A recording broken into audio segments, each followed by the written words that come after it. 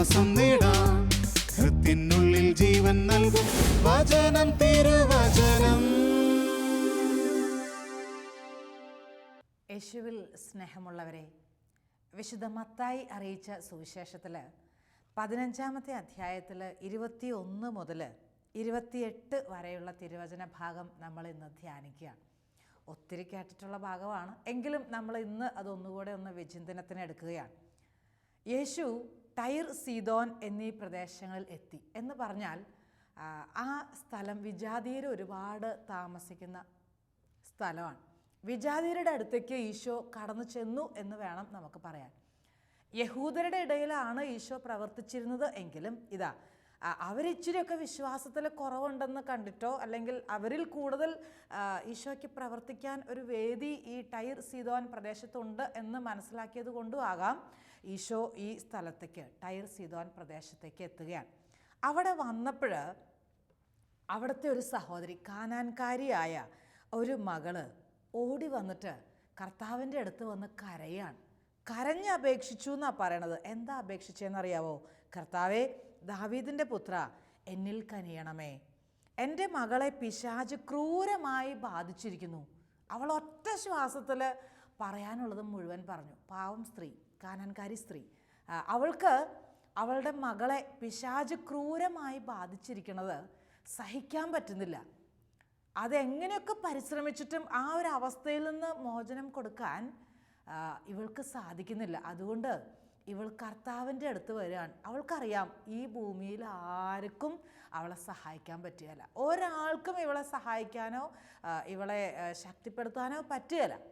ഒത്തിരി സ്വാതന്ത്ര്യമുള്ളവരും സാമ്പത്തിക നിലവാരമുള്ളവരൊക്കെ ഉണ്ട് ഇവളുടെ കൂട്ടത്തിൽ, ഇവളുടെ വീട്ടുകാരൊക്കെ ഉണ്ട്, നാട്ടുകാരൊക്കെ ഉണ്ട്. പക്ഷേ അവരൊക്കെ നിസ്സഹായരാണ്, ആർക്കും ഈ മോളെ സഹായിക്കാൻ പറ്റുകയില്ല. അപ്പം അതുകൊണ്ട് ഇവളുടെ മനസ്സിൽ ഇവൾക്കൊരു ബോധ്യം, ഈശോയ്ക്ക് മാത്രമേ എന്നെ സുഖപ്പെടുത്താൻ, എൻ്റെ മോൾക്ക് സൗഖ്യം കൊടുക്കാൻ പറ്റത്തുള്ളൂ. എൻ്റെ കുടുംബത്തിൻ്റെ പ്രശ്നങ്ങളെ കാണാനും കേൾക്കാനും ഈശോയ്ക്ക് മാത്രമേ സാധിക്കുള്ളൂ എന്ന് ഈ സഹോദരിക്ക് നല്ല ബോധ്യമായി. അതുകൊണ്ട് ഇവൾ ആരെയും ശ്രദ്ധിക്കുന്നില്ല, ആരോടും അഭിപ്രായം ചോദിക്കുന്നില്ല. ഇവൾ ധൈര്യമായിട്ട് മുന്നോട്ട് വരികയാണ്. വിജാതീയായ ഈ സ്ത്രീ ആരുടെയും അനുവാദം വാങ്ങാൻ നിൽക്കാതെ, ആരോടും ആലോചന ചോദിക്കാതെ, അവൾക്ക് ഈശോ മാത്രമേ ഉള്ളൂ എന്ന് ബോധ്യം കിട്ടിയപ്പോൾ അവൾ ഈശോയുടെ അടുത്ത് വന്ന് കരഞ്ഞ് അപേക്ഷിച്ചു. വെറുതെ കിട്ടണമെങ്കിൽ കിട്ടട്ടെ, പോണെങ്കിൽ പോട്ടെ, അങ്ങനെയല്ല. ഇവള് കരഞ്ഞപേക്ഷിക്കുകയാണ്. കാരണം ഇവളുടെ മനസ്സിലുള്ള ആ വലിയ ആശ്രയ മനോഭാവം, അവളിലെ വിശ്വാസം, അവളിലെ വിനയം, ഇത് മുഴുവനും അവിടെ പ്രകടിപ്പിക്കുകയാണ്. കരഞ്ഞപേക്ഷിച്ചു. കരയണമെങ്കിൽ ഒരാളുടെ, ഒരിക്കലും കാണാത്ത ഒരാളുടെ മുമ്പിലൊക്കെ പോയി കരയണമെങ്കിൽ ഇച്ചിരി എളിമയൊക്കെ ഉണ്ടെങ്കിൽ അങ്ങനെയൊക്കെ കരയുള്ളൂ, അല്ലാണ്ടൊന്നും ആരും കരയല്ല.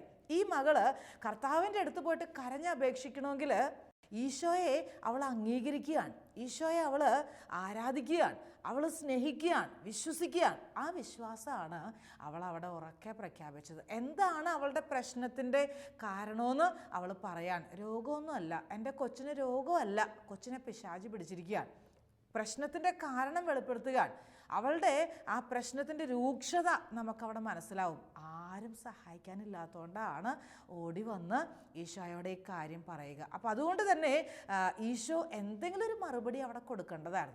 അതല്ലേ സാമാന്യ മര്യാദ എന്നൊക്കെ നമ്മൾ പറയല്ലേ, കോമൺ മാനേഴ്സൊക്കെ, അതൊന്നും അവിടെ വേണ്ടതായിരുന്നു. പക്ഷേ ഈ സഹോദരി ഇത്രയും കരഞ്ഞിട്ടും ഇത്രയും പറഞ്ഞിട്ടും കാര്യം മുഴുവൻ തുറന്നു പറഞ്ഞു.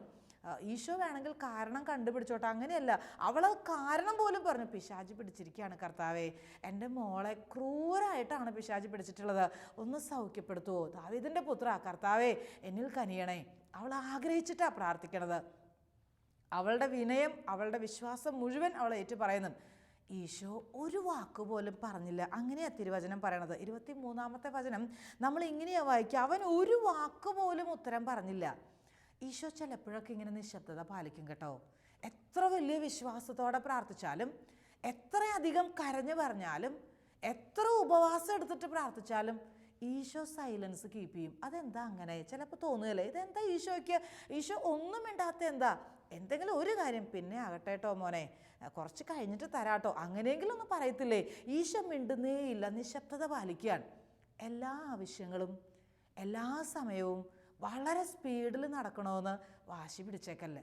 കർത്താവിനൊരു സമയമുണ്ട്, ഒരു സമയമുണ്ട് കർത്താവിന്. ഈ മോള് ഇങ്ങനെ നിന്ന് കരയണ കണ്ടപ്പോൾ ശിഷ്യന്മാർക്കൊരു വലിയ സങ്കടം. അവർ കർത്താവിനോട് അഭ്യർത്ഥിച്ചു. അങ്ങനെയാണ് പറയണത്. ശിഷ്യന്മാർ അവനോട് അഭ്യർത്ഥിച്ചു, എന്ത്? അവളെ പറഞ്ഞയച്ചാലും. അവൾ നമ്മുടെ പിന്നാലെ വന്ന് നിലവിളിക്കുന്നല്ലോ, അവളെ വിട്. കുറേ നേരമായി ആ പെങ്കൊച്ച് കരയാൻ തുടങ്ങിയിട്ട്, അവളെ പറഞ്ഞു വിട്. എന്തെങ്കിലും ഒരു തീരുമാനം ആക്കണം ഈശോയെ. ശിഷ്യന്മാർ ഒരേ സ്വരത്തിൽ ഈശോയോട് പറയാണ്. അവർക്ക് പോലും അനുകമ്പ, പക്ഷെ ഈശോയ്ക്ക് അനുകമ്പ ഇല്ല. ഈശോ മിണ്ടുന്നില്ല. ഇതെന്താ ഈശോ ഇങ്ങനെ ചെയ്യണാവോ എന്ന് നമുക്ക് തോന്നിപ്പോവും. ഈശോ മിണ്ടാതിരിക്കണ കണ്ടപ്പോൾ ഈ ശിഷ്യന്മാരിങ്ങനെ പറഞ്ഞു. ഉടനെ ഈശോ മറുപടി പറഞ്ഞു. എന്താണെന്നറിയോ ഈശോ പറഞ്ഞ മറുപടി? ഇസ്രായേൽ ഭവനത്തിലെ നഷ്ടപ്പെട്ട ആടുകളുടെ അടുത്തേക്ക് മാത്രമാണ് ഞാൻ അയക്കപ്പെട്ടിട്ടുള്ളത്. അത് ശിഷ്യന്മാർക്കൊരു സപ്പോർട്ട് കൊടുക്കണ പോലെ ഈശോ പറഞ്ഞതാണ്. ഈ മകളെ അവഗണിച്ചതല്ല, മറിച്ച് ശിഷ്യന്മാർക്ക് കുറച്ചുകൂടെ നിങ്ങൾ മനസ്സിലാക്കുക, യഹൂദർക്ക് വേണ്ടിയിട്ട്, എൻ്റെ സ്വന്തം ജനത്തിന് വേണ്ടിയിട്ടാണ് ഞാൻ വന്നത്, എൻ്റെ സ്വന്തം ജനത്തെ രക്ഷിക്കാൻ വേണ്ടിയിട്ടാണ് ഞാൻ വന്നത്. അവർ മനസ്സിലാക്കുന്നില്ല, അവർ സ്വീകരിക്കുന്നില്ല, അവർ അംഗീകരിക്കുന്നില്ല. അതുകൊണ്ടാണ് ഞാൻ ഈ സ്ഥലത്തേക്ക് വന്നത്, അതുകൊണ്ടാണ് ഞാൻ ഈ പ്രദേശത്തേക്ക് വന്നത്. പ്രിയമുള്ള സഹോദരങ്ങളെ, ഇവിടെ നമ്മൾ കാണും ഈശോയുടെ നിശബ്ദത മാത്രമല്ല, ഈശോയുടെ തിരസ്കരണം കൂടെ കാണുകയാണ്. വാക്കുകൊണ്ടുകൂടിയുള്ള തിരസ്കരണം. ചില വാക്ക് പറഞ്ഞാൽ വല്ലാതെ വേദനിക്കില്ലേ? ചില വാക്ക്, അധികമൊന്നും പറയണ്ട, 1-2 വാക്ക്, അത് ഓർത്തിട്ട് എന്തോ ഒരു കരഞ്ഞു നമ്മൾ, ഇല്ലേ? ചില വാക്കുകൾ എത്ര മായ്ച്ചു കളയാൻ നോക്കിയാലും മാഞ്ഞു പോകുകയല്ല, അതിങ്ങനെ എക്കോ ചെയ്തുകൊണ്ടിരിക്കും മനസ്സിൽ. ഈ കാനാൻകാരിയുടെ മനസ്സും അതുപോലെ തളർന്നിട്ടുണ്ടാവും. അങ്ങനെയാണ് ഈശോ പറഞ്ഞത്, ഞാൻ ഇവർക്ക് വേണ്ടിയിട്ടൊന്നുമല്ല വന്നത്, ഞാൻ ഇസ്രായേൽക്കാർക്ക് വേണ്ടിയിട്ടാണ് വന്നത്. ഈശോ അങ്ങനെ പറയുമ്പോൾ തീർച്ചയായിട്ടും ഈ മോൾക്ക് സങ്കടം വന്നിട്ടുണ്ടാവും, അവൾ കരഞ്ഞിട്ടുണ്ടാവും, അവളുടെ മനസ്സ് നീറിയിട്ടുണ്ടാവും, മനസ്സ് വേദനിച്ചിട്ടുണ്ടാവും. ഈശോ അതൊന്നും ശ്രദ്ധിക്കുന്നേ ഇല്ല. ഈശോയ്ക്ക് അത് വിഷയമല്ല പോലും. അവളെന്താ ചെയ്തെന്നറിയോ? ഈശോ ഇങ്ങനൊരു പ്രതികരണം കാണിച്ചപ്പോൾ അവൾ ഉടനെ അവനെ പ്രണമിച്ച്, കർത്താവേ എന്നെ സഹായിക്കണേ, കർത്താവേ എന്നെ സഹായിക്കണേ. അവനെ പ്രണമിച്ച് ഒരു ആരാധനാ മനോഭാവമാണ് നമ്മളവിടെ കാണുക. കർത്താവിനെ പ്രണമിച്ചു എന്നാണ് പറയണത്, കുമ്പിട്ട് വണങ്ങി ആരാധിച്ചു. എന്നിട്ട് പറയണു, കർത്താവേ എന്നെ സഹായിക്കണേ. ആരുമില്ല കേട്ടോ സഹായിക്കാൻ, എന്നെ സഹായിക്കാൻ എനിക്ക് ആരുമില്ല കേട്ടോ. ഒരുപാട് പേരുണ്ട് ചുറ്റിലൊക്കെ നിൽക്കാൻ, പക്ഷെ സഹായിക്കാൻ ആരുമില്ല കേട്ടോ. ഈശോ അവളുടെ നേരെ നോക്കിയിട്ട് എന്താ പറഞ്ഞെന്നറിയോ? മക്കളുടെ അപ്പം എടുത്ത് നായ്ക്കൾക്ക് എറിഞ്ഞു കൊടുക്കുന്നത് ഉചിതമല്ല. എന്ത് സംസാരം നോക്കിയേ, എന്ത് പറച്ചിലാ നോക്കിയേ. മക്കളുടെ അപ്പം എടുത്ത് നായ്ക്കൾക്ക് എറിഞ്ഞു കൊടുക്കുന്നത് ഉചിതമല്ല എന്ന്. ചുരുക്കി പറഞ്ഞാൽ നിന്റെ പ്രാർത്ഥനയ്ക്കൊന്നും ഇപ്പോൾ ഉത്തരം തരാൻ മനസ്സില്ല എന്ന്. അതല്ലേ ആ പറഞ്ഞ വാക്കുകളുടെ അർത്ഥം? ചിലപ്പോഴും നമ്മൾ പ്രാർത്ഥിക്കുമ്പോൾ ഇതുപോലത്തെ തന്നെയുള്ള പ്രതികരണങ്ങൾ, പ്രാർത്ഥിക്കും തോറും വേദന കൂടുതൽ, കർത്താവിനോട് ചേർന്ന് നിൽക്കും തോറും പിന്നെയും അടി, ഇടത്തുനിന്ന് അടി, വലത്തുനിന്ന് അടി, മൊത്തം അടി, ഇല്ലേ? എന്തോരം സഹനമാണ് ചില സമയത്ത്. ഒരു കാര്യത്തെ ഒന്ന് അതിജീവിച്ച് വരുമ്പോഴേക്കും അടുത്ത പ്രശ്നം. തോന്നിയിട്ടില്ലേ? ചിലപ്പോൾ അനുഭവപ്പെട്ടിട്ടില്ലേ? ഇതാ ഈ കാനാൻകാരി സ്ത്രീക്ക് ഇത് തന്നെ. എന്താ ഇതിൻ്റെ ഉദ്ദേശം എന്നറിയാവോ? ഈശോ എന്തുകൊണ്ടാണ് ഈ മോളോട് ഇങ്ങനെ പെരുമാറിയെന്നറിയാവോ?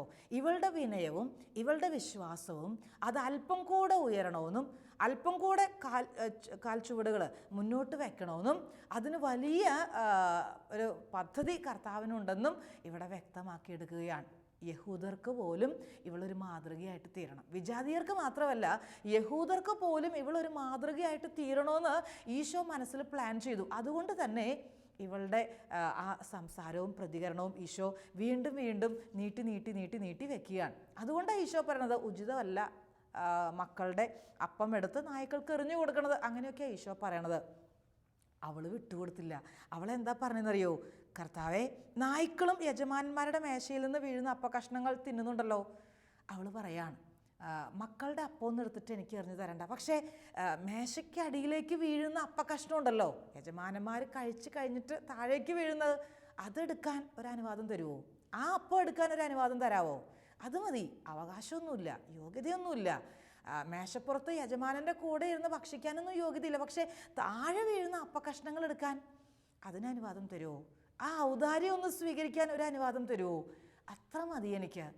അവളുടെ വിശ്വാസവും അവളുടെ വിനയവും ദൈവസന്നിധിയിൽ സ്വീകാര്യമായി. പ്രിയമുള്ള സഹോദരങ്ങളെ, നമ്മളവിടെ കാണുന്നൊരു കാര്യമാണ്, അവളുടെ മനസ്സിലുള്ള ഉറച്ച വിശ്വാസം തിരസ്കരണത്തിന് ശേഷവും നിശബ്ദതയ്ക്ക് ശേഷവും പിന്നെയും പ്രാർത്ഥിക്കാൻ പ്രേരണ കൊടുക്കുകയാണ്. പിന്നെയും കർത്താവിൽ ആശ്രയിക്കാൻ വലിയൊരു പ്രേരണ കൊടുക്കുകയാണ്. കർത്താവേ എന്നെ സഹായിക്കണേ. അവൾ പ്രാർത്ഥിച്ചില്ലേ, എന്നെ സഹായിക്കണേ കർത്താവേ. എന്താ സംഭവിച്ചത്? ഔദാര്യം സ്വീകരിക്കാനെങ്കിലും അനുവാദം തരണമേന്ന് ഈ മോള് പ്രാർത്ഥിച്ചപ്പോൾ കർത്താവ് പറഞ്ഞു, സ്ത്രീയെ നിന്റെ വിശ്വാസം വലുതാണ്, നീ ആഗ്രഹിക്കുന്നത് പോലെ നിനക്ക് ഭവിക്കട്ടെ. സ്ത്രീയെ നിന്റെ വിശ്വാസം വലുതാണ്. ഇതുപോലെ ആരോടും കർത്താവ് പറഞ്ഞിട്ടില്ല കേട്ടോ. നിന്റെ വിശ്വാസം വലുതാണെന്ന് ആരോടും പറഞ്ഞിട്ടില്ല. സ്ത്രീയെ നിന്റെ വിശ്വാസം വലുതാണ്. അവളെ റെസ്പെക്റ്റ് ചെയ്യാൻ, അവളെ ആദരിക്കുകയാണ് ഈശോ, അവളെ ബഹുമാനത്തോടെ കാണുകയാണ്. എത്ര വലിയ വിശ്വാസം! ഇത് വിശ്വാസികളുടെ ഇടയിൽ പോലും ഇത്രയും വലിയ വിശ്വാസം കാണുകയല്ലോ. എത്ര നന്നായിട്ടാണ് അവൾ പ്രതികരിച്ചത്, എത്ര ഭംഗിയായിട്ടാണ് അവൾ തൻ്റെ വിശ്വാസത്തെ കാത്തു സൂക്ഷിച്ചത്.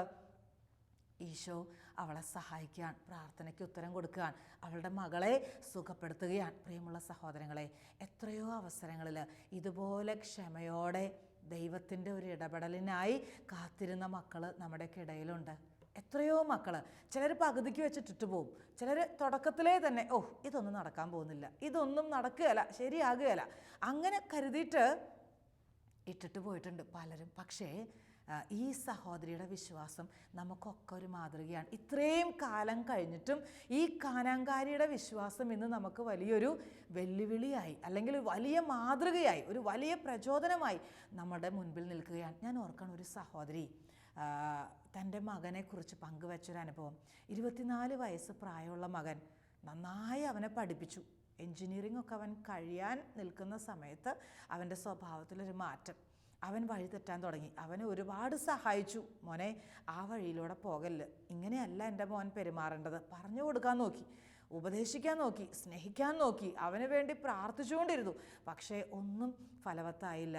ഈശോ അവിടെ നിശബ്ദത പാലിക്കുകയായിരുന്നു. ഈ മോൻ അവനേതൊക്കെ രീതിയിൽ തളരാവോ, ഏതൊക്കെ രീതിയിൽ തകരാവോ, ആ മേഖലകളിലെല്ലാം അവൻ തകർന്ന് തരിപ്പണമായി. ആ മോൻ്റെ ജീവിതത്തിൽ വിശുദ്ധി എന്ന് പറയാൻ ഒന്നുമില്ല, വിശ്വാസം എന്ന് പറയാൻ അത് അല്പം പോലും ഇല്ല, സ്നേഹം എന്ന് പറഞ്ഞാൽ അത് അവനെ അറിയത്തേ ഇല്ല. അങ്ങനെയുള്ളൊരു മോൻ എല്ലാ രീതിയിലും അശുദ്ധിയിലും പാപത്തിലും രോഗത്തിലും ദുഃഖത്തിലും ഒക്കെ മുങ്ങിക്കുളിക്കുന്ന ഒരു കാലഘട്ടം.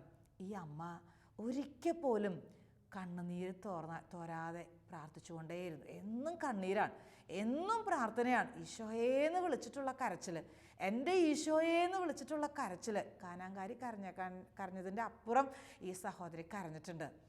ഞാൻ ഓർക്കുന്നു, ഈ സഹോദരിയുടെ കണ്ണീര് അധികം കാലം വേണ്ടി വന്നില്ല. ഈ മകൻ ധ്യാനം കൂടി ആത്മാർത്ഥമായ കാര്യങ്ങളൊക്കെ പങ്കുവെച്ചു.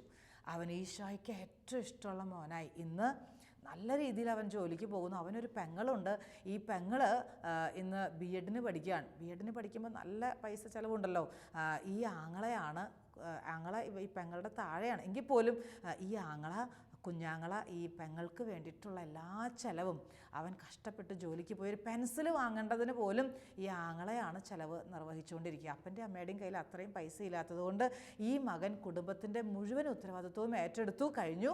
അവൻ മനോഹരമായി കുടുംബം നയിച്ചുകൊണ്ടിരിക്കുകയാണ്. നന്നായി പ്രാർത്ഥിക്കുന്ന ഒരു മിടുക്കൻ മോൻ, ഒത്തിരി സ്നേഹമുള്ളൊരു മോൻ. അപ്പനും അമ്മയും ഒരുപാട് സ്നേഹിക്കുന്നു അവൻ, അപ്പനും അമ്മയും ഒരുപാട് ആദരിക്കുന്നു ആ മോൻ, അവരെ ബഹുമാനിക്കുന്നു ആ മകൻ. പ്രിയമുള്ള സഹോദരങ്ങളെ, ആ അമ്മയുടെ നിർത്താതെയുള്ള കണ്ണീര്, ആ അമ്മ ഈ മോന് വേണ്ടി എന്തോരം കരഞ്ഞിട്ടുണ്ടെന്നറിയാവോ? എപ്പോഴൊക്കെ ഞങ്ങളുടെ ധ്യാന സെൻ്ററിലേക്ക് ഈ അമ്മ വന്നാലും എപ്പോഴും കാണാം കയ്യിൽ ടവല്, കണ്ണുനീര് തൂക്കാനാണ്. ഒഴുകിയിറങ്ങുന്ന കണ്ണുനീർ തുള്ളികളെ ഒന്ന് ഒപ്പിയെടുക്കാൻ വേണ്ടിയിട്ടാണ്. എപ്പോഴും കാണാം കരഞ്ഞ് കരഞ്ഞ് പ്രാർത്ഥിക്കുന്ന ഒരമ്മ, കണ്ണീരൊഴുക്കി പ്രാർത്ഥിക്കുന്ന ഒരമ്മ. ആ അമ്മയുടെ പ്രാർത്ഥന കർത്താവിന് സ്വീകാര്യമായി. കർത്താവ് സ്വീകരിച്ചു, ഉത്തരം കൊടുത്തു ആ പ്രാർത്ഥനയ്ക്ക്. മിടുക്കനായ മോൻ ഇന്ന് വേറെ ഒരു ചീത്ത കൂട്ടുകെട്ടുമില്ല. നന്നായി പ്രാർത്ഥിക്കും, അടുക്കൽ കുമ്പസാരിക്കും, എല്ലാ ദിവസവും വിശുദ്ധ കുർബാനയിൽ പങ്കുചേരും, ജപമാലവും മുടക്കിയിട്ടില്ല, ബൈബിളവും വായിക്കും എല്ലാ ദിവസവും. ഒരമ്മയുടെ പ്രാർത്ഥനയാണ്, ഒരമ്മയുടെ സ്നേഹത്തോടെയുള്ള പ്രാർത്ഥന. ഈ കാനാൻകാരി മോൾക്ക് വേണ്ടിയിട്ടല്ലേ പ്രാർത്ഥിച്ചത്? ഇതുപോലെ ഏതൊരമ്മ ഏതൊരു മകന് വേണ്ടിയിട്ട് പ്രാർത്ഥിക്കുന്നുവോ ഈശോയ്ക്ക് ആ പ്രാർത്ഥന വലിയ ഇഷ്ടാട്ടോ. ഈശോ ആ പ്രാർത്ഥനയെ മാനിക്കും കേട്ടോ. കർത്താവേ എന്നെ സഹായിക്കണേ. കാനാൻകാരി പറഞ്ഞില്ലേ, കർത്താവേ എന്നെ സഹായിക്കണേ, ആരുമില്ലാന്ന് എന്നെ സഹായിക്കാൻ, എന്നെ ആരും സഹായിക്കില്ലാന്ന്, നീയേ ഉള്ളൂ എന്നെ സഹായിക്കാൻ. നീയേ ഉള്ളൂ എന്നെ സഹായിക്കാൻ.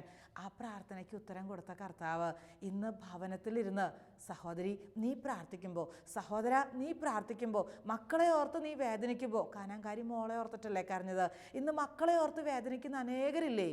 ഒരു മോളേ ഉള്ളൂ, ആ മോളെ ഓർത്ത് എന്നും കണ്ണീര്. ഒരു മോനേ ഉള്ളൂ, ആ മോനെ ഓർത്ത് എന്നും കണ്ണീര് ഇല്ലേ? മാതാപിതാക്കൾ വേദനിക്കുന്നവർ നിങ്ങളുടെ സങ്കടം ഈശോയ്ക്ക് കൊടുക്കുക. നിങ്ങളുടെ സങ്കടം ഈശോയോട് തുറന്ന് പറയും.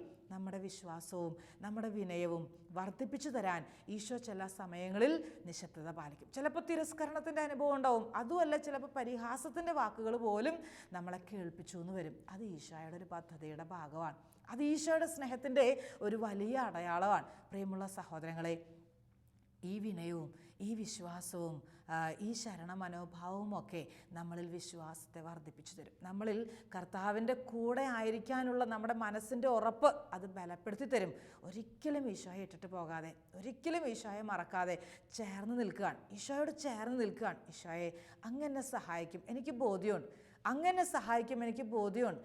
എത്ര തകർച്ചകളുണ്ടായാലും അങ്ങനെ സഹായിക്കുമെന്ന് എനിക്ക് ബോധ്യമുണ്ട്. എന്നെ സഹായിക്കണം ഈശോയെ, എന്നെ ബലപ്പെടുത്തണം ഈശോയെ, എനിക്ക് കൃപ തരണം ഈശോയെ.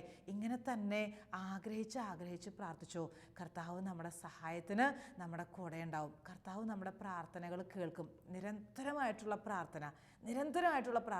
ഞാൻ ഓർക്കാണ്, ഒരു സഹോദരി പ്രാർത്ഥിക്കാൻ വന്നു. എന്നോട് ഇങ്ങനെ പറഞ്ഞു, ഞങ്ങളുടെ ധ്യാന സെൻറ്ററിലൊക്കെ ശുശ്രൂഷ ചെയ്യുന്നൊരു സഹോദരിയാണ്. ആ സഹോദരിയുടെ അനുവാദത്തോടെയാണ് ഞാൻ ഈ കാര്യം പറയുക. എന്നോട് ഇങ്ങനെ പറഞ്ഞു, സിസ്റ്ററെ, ഭർത്താവ് എൻ്റെ കൂടെയല്ല, വേറെ സ്ഥലത്താണ്, ഞങ്ങൾ പിരിഞ്ഞാണ് താമസിക്കുക. ഡൈവോഴ്സ് ചെയ്യാൻ എനിക്ക് ധൈര്യമില്ല, എനിക്കിഷ്ടമില്ല, അതുകൊണ്ട് ഞാൻ ഡൈവോഴ്സിന് ഒരുങ്ങിയിട്ടില്ല. ഭർത്താവ് ഒരിക്കൽ പോലും കാണാൻ വന്നിട്ടില്ല, ഒരു ഫോൺ പോലും ചെയ്തിട്ടില്ല, ഒരല്പം സ്നേഹത്തോടെ ഒരു വാക്ക് ഇല്ല സിസ്റ്ററെ, അങ്ങനെ ഒന്നുമില്ല. ഞാൻ ചോദിച്ചു, എന്തേ ഇതിന് കാരണം? ഇതിനൊരു തുടക്കം ഉണ്ടാകുകയല്ലേ? വിവാഹം കഴിഞ്ഞിട്ട് ഒരു 26-27 വർഷങ്ങളായിപ്പം. അത് ഒരു 8 വർഷങ്ങൾക്ക് മുമ്പ് വരെയും അത്യാവശ്യമൊക്കെ മിണ്ടും പറയും അങ്ങനെയൊക്കെയായിരുന്നു. പക്ഷേ 8 വർഷങ്ങൾക്ക് മുമ്പ് ഈ സഹോദരൻ വല്ലാതെ മദ്യപിക്കുന്നത് കൊണ്ട് മദ്യപിച്ച് വന്ന് വീട്ടിൽ വല്ലാത്ത വഴക്കാണ്. ഒരു ദിവസം പോലും ആ മുറിക്കുള്ളിൽ കിടക്കാൻ പറ്റുകയില്ല. പറമ്പിലായിരിക്കും മിക്ക ദിവസവും രാത്രി ചിലവിടേണ്ടി വരണത്. അപ്പോൾ ഇങ്ങനെ ഒത്തിരി നാൾ കണ്ടിന്യൂസ് ആയിട്ട് ഇങ്ങനെ വേദനിക്കേണ്ടി വന്നപ്പോൾ ഈ സഹോദരിയുടെ ആങ്ങളമാർ വന്നിട്ട് പറഞ്ഞു, നീ വീട്ടിലേക്ക് പോന്നേര്, അദ്ദേഹം അവിടെ നിന്നോട്ടെ. അങ്ങനെ ഈ പെങ്ങളെ അവർ ബലമായിട്ട് കൊണ്ടുപോവാൻ, മക്കളെയും കൊണ്ടുപോവാൻ. മക്കളും പെങ്ങളും കൂടെ ഒരു വാടക വീട് എടുത്ത് അവിടെ താമസിക്കുകയാണ്. സഹോദരങ്ങളൊക്കെ അവിടെ അടുത്തുണ്ട്, എങ്കിലും ഈ സഹോദരി ഒറ്റയ്ക്ക് കഴിയാണ്. ഭർത്താവിനെ ഇട്ടിട്ട് പോരേണ്ടി വന്നു. കാരണം എന്നും വീട്ടിൽ വാക്കത്തി എടുത്തിട്ടാണ് വഴക്കുണ്ടാക്കുക എന്ന് പറഞ്ഞു. വാക്കത്തി എടുത്താൽ പിന്നെ ആ ഭാഗത്ത് നിൽക്കാൻ പറ്റുകയില്ല, ഭയങ്കര ബഹളമാണ് പോലും. അപ്പോൾ ഈ സഹോദരി പറഞ്ഞത്, സിസ്റ്ററെ, ഞങ്ങൾ അന്ന് മുതൽ വാടക വീട്ടിൽ താമസിക്കാൻ തുടങ്ങി, ഇന്നും വാടക വീട്ടിൽ തന്നെയാണ്. പക്ഷേ ഇന്നൊരു വലിയ സമാധാനമുണ്ട്. കാരണം എന്തേന്ന് ചോദിച്ചപ്പോൾ എന്നോട് പറയാൻ, ഞങ്ങൾ 8 വർഷത്തോളം പിരിഞ്ഞാണ് കഴിഞ്ഞത്. ഭർത്താവ് എന്നോട് എന്നെ കാണാൻ വന്നിട്ടില്ല, ഞാൻ അങ്ങോട്ട് ചെന്നാലും കാണാൻ മുഖം തരാറില്ല. പക്ഷെ ഞാനൊരു കാര്യം ചെയ്യുമായിരുന്നു, എന്നും ഫോൺ വിളിക്കും, എന്നും ഈ ഭർത്താവിനെ ഫോൺ വിളിക്കും. എനിക്ക് ഒരുപാട് വേദന സമ്മാനിച്ചതാണ്. എനിക്കിനി നാണം കെടാൻ, പരിഹസിക്കപ്പെടാൻ ഒന്നുമില്ല, ബാക്കി മുഴുവനും ഞാൻ വേദനിച്ചു കഴിഞ്ഞു. പക്ഷേ ഈ ഭർത്താവിന് വേണ്ടി എന്നും ഞാൻ പ്രാർത്ഥിക്കുന്നുണ്ടായിരുന്നു. ഒരു ദിവസം പോലും മുടങ്ങാതെ ഈ മനുഷ്യന് വേണ്ടി പ്രാർത്ഥിക്കുന്നുണ്ടായിരുന്നു. ഉപവാസം എടുത്ത് പ്രാർത്ഥിക്കും, മെറ്റലിൽ മുട്ടുകുത്തി പ്രാർത്ഥിക്കും, അങ്ങനെ ഏതൊക്കെ രീതിയിൽ ത്യാഗം സഹിച്ച് പ്രാർത്ഥിക്കാവോ അത്രയും ഈ സഹോദരന് വേണ്ടി ഈ സഹോദരി പ്രാർത്ഥിക്കുന്നുണ്ടായിരുന്നു. അങ്ങനെ പ്രാർത്ഥിച്ച് ഫോണൊക്കെ ചെയ്ത് ഈ കഴിഞ്ഞ നാളുകളിൽ ഇദ്ദേഹം ഇങ്ങോട്ട് പറഞ്ഞു, എനിക്കൊരു ധ്യാനം കൂടണം. ധ്യാനമൊക്കെ കൂടി ഇപ്പം പ്രാർത്ഥനയിലൊക്കെ സജീവമായിട്ട് പങ്കുചേരുന്നു. വലിയ മാറ്റം മക്കൾക്കും അപ്പനും ഈ ഭാര്യയ്ക്കും, ആ കുടുംബം മുഴുവൻ ഒരു സ്വർഗീയ അനുഭവത്തിലേക്ക് കടന്നു വന്നു. ഒരു ഡൈവോഴ്സും കൂടാതെ 8 വർഷത്തോളം പിരിഞ്ഞു നിന്ന ഭർത്താവ്, വേറെ ഏതോ ദൂരെ ഒരു സ്ഥലത്ത് ഒറ്റയ്ക്ക് പോയി താമസിച്ച ഭർത്താവ് ഇപ്പോൾ തിരിച്ചു വന്ന് ഇതാ അവരൊരുമിച്ച് കഴിയുന്നു. മൂത്ത മകൻ്റെ വിവാഹം കഴിഞ്ഞു, രണ്ടാമത്തെ മകൻ വിവാഹം ആലോചിക്കുന്നു. ആ കുടുംബത്തിൽ നിന്ന് നിറഞ്ഞ സമാധാനമുണ്ട്, ആ കുടുംബത്തിൽ നിറഞ്ഞ സന്തോഷമുണ്ട്, സംതൃപ്തിയുണ്ട്. എനിക്കൊറ്റ കാര്യം നിങ്ങൾക്ക് പറഞ്ഞു തരാനുള്ളൂ പ്രിയമുള്ള സഹോദരങ്ങളെ, കാനാൻകാരിയുടെ മനസ്സിലുണ്ടായിരുന്ന ആ വിനയവും ആ വിശ്വാസവും ആ സ്നേഹവും ഒക്കെ അല്പം പോലും നഷ്ടപ്പെടാതെ നമ്മുടെ മനസ്സുകളിൽ നമുക്കത് കാത്തു സൂക്ഷിക്കണം. അല്പം പോലും ആ വിശ്വാസത്തിന് ഒരു കുറവ് വരാൻ ഇടയാകല്ല. അല്പം പോലും ആ വിശ്വാസം ഇങ്ങനെ കത്തി ജ്വലിച്ചുകൊണ്ടേയിരിക്കണം. ഒരു പക്ഷേ അതിൻ്റെ കാലാവധി കർത്താവ് നീട്ടിത്തന്നു എന്ന് വരാം. വിശ്വാസത്തിൻ്റെയും വിനയത്തിൻ്റെയും പ്രകടനങ്ങൾക്ക് കർത്താവ് ചിലപ്പം ഒരവസരം നീട്ടിത്തന്നു എന്ന് വരാം. പക്ഷേ പ്രിയമുള്ള സഹോദരങ്ങളെ, കർത്താവ് എൻ്റെ കൂടെയുണ്ട്. എനിക്ക് പ്രാർത്ഥനയ്ക്ക് ഉത്തരം തരാൻ എൻ്റെ കർത്താവ് എൻ്റെ കൂടെ ഉണ്ട്. ഒരിക്കൽ ഞാൻ ഓർക്കുകയാണ്, ഒരു സഹോദരൻ കൂടെ ശുശ്രൂഷ ചെയ്യാനൊക്കെ ആയിട്ട് ഉണ്ടായിരുന്നു. ഞങ്ങൾ പുറത്ത് ഒരു സ്ഥലത്ത് ധ്യാനിപ്പിക്കാൻ പോയതാണ്. ഞങ്ങൾ സിസ്റ്റേഴ്സിന് താമസിക്കാൻ കോൺവെൻറ്റിലാണ് അതിനുള്ള സൗകര്യം ഒരുക്കി തന്നത്. കൂടെയുള്ള അൽമായ സഹോദരങ്ങൾക്ക് അച്ഛൻ പറഞ്ഞു ഞങ്ങൾ അവിടെ സൗകര്യം കൊടുത്തോളാം. അങ്ങനെ പറഞ്ഞിട്ട് ഞാൻ പിന്നെ അത് ശ്രദ്ധിച്ചില്ല. ഞാൻ ഓർക്കുക, 2-3 ദിവസം കഴിഞ്ഞപ്പോൾ ഞാൻ അറിഞ്ഞു അവിടെ കിടക്കാൻ വലിയ സ്ഥലമൊന്നുമില്ല, അത്രയും സൗകര്യമൊന്നുമില്ലാത്ത ഒരു ദേവാലയമാണ്. ഒരു വരാന്തയിൽ, ഇടുങ്ങിയൊരു വരാന്തയിൽ ഒരു കട്ടിൽ പോലും ഇല്ല. വളരെ ദയനീയമായിട്ടാണ് ഈ സഹോദരൻ രാത്രിയിൽ വിശ്രമിച്ചത്. പകൽ മുഴുവൻ ശുശ്രൂഷ ചെയ്യേണ്ടതാണ്. പക്ഷെ രാത്രിയിൽ ഒരു മടിയും കാണിച്ചില്ല. എന്നോട് ഒരു വാക്കുപോലും ഞാൻ ഇങ്ങനെയാണ് കിടക്കുന്നതെന്നോ, ഒരു പാ പോലും കിട്ടിയില്ലാന്നോ, കിടക്കാൻ ഒരു കട്ടിലില്ലാന്നോ, ഒരു തലയണയില്ലാന്നോ ഒരു പരാതിയും പറഞ്ഞില്ല. ഒരു പരാതിയും. ഞാൻ അത്ഭുതപ്പെട്ടു പോയി. ഞാൻ അങ്ങോട്ട് കാര്യം മനസ്സിലാക്കിയിട്ട് ചെന്ന് ചോദിച്ചപ്പോഴാണ് സത്യം പറയുക, സിസ്റ്റർ അങ്ങനെയായിരുന്നു, പക്ഷേ അത് സാരമില്ല, ഇതിലും വലിയ വേദനയൊക്കെ എന്തോരം സഹിക്കാൻ സാധ്യതയുണ്ട്, പക്ഷേ ഇതൊന്നും ഒരു അത്ര പ്രശ്നമുള്ള കാര്യമില്ല. നല്ല മനസ്സോടെ ആ സഹോദരൻ എടുക്കുകയാണ്. ഞാൻ ഓർക്കുകയാണ്, വിനയവും വിശ്വാസവും വർദ്ധിച്ചു വരേണ്ടത് വളരെ ആവശ്യമാണ്. ഈ സഹോദരൻ ഒത്തിരി വിനയമുള്ളതുകൊണ്ട്, ഒത്തിരി വിശ്വാസമുള്ളതുകൊണ്ട് ഇന്ന് ലോകത്തിൻ്റെ പല ഭാഗങ്ങളിൽ ശുശ്രൂഷ ചെയ്യാൻ, ഓടി നടന്ന് എളിമയുള്ള വിശ്വാസമുള്ള മക്കൾക്ക് എന്നും പ്രാർത്ഥനയ്ക്ക് ഫലമുണ്ട്. അവരുടെ പ്രാർത്ഥന എന്നും ഈശോ കേൾക്കും. അവരുടെ പ്രാർത്ഥന എന്നും ഈശോ മാനിക്കും. ഈശോയുടെ വാക്കുകൾ നമുക്ക് വേദന തോന്നിയില്ലേ? സത്യമല്ലേ? മക്കളുടെ അപ്പം എടുത്ത് നായ്ക്കൾക്ക് കൊടുക്കലെന്നൊക്കെ ഈശോ പറയുന്നുണ്ട്. അപ്പോൾ ഇങ്ങനെയൊക്കെ ഈശോ പറഞ്ഞെങ്കിലും അങ്ങനെയുള്ള ചില വാക്കുകൾ ചിലർ നമ്മളോട് പറയുമ്പോൾ എനിക്ക് തോന്നുന്നു ആ വാക്കുകളൊക്കെ നമ്മളെ കുറച്ചുകൂടെ സോഫ്റ്റാക്കും, കുറച്ചുകൂടെ നമ്മളെ സിമ്പിളാക്കും.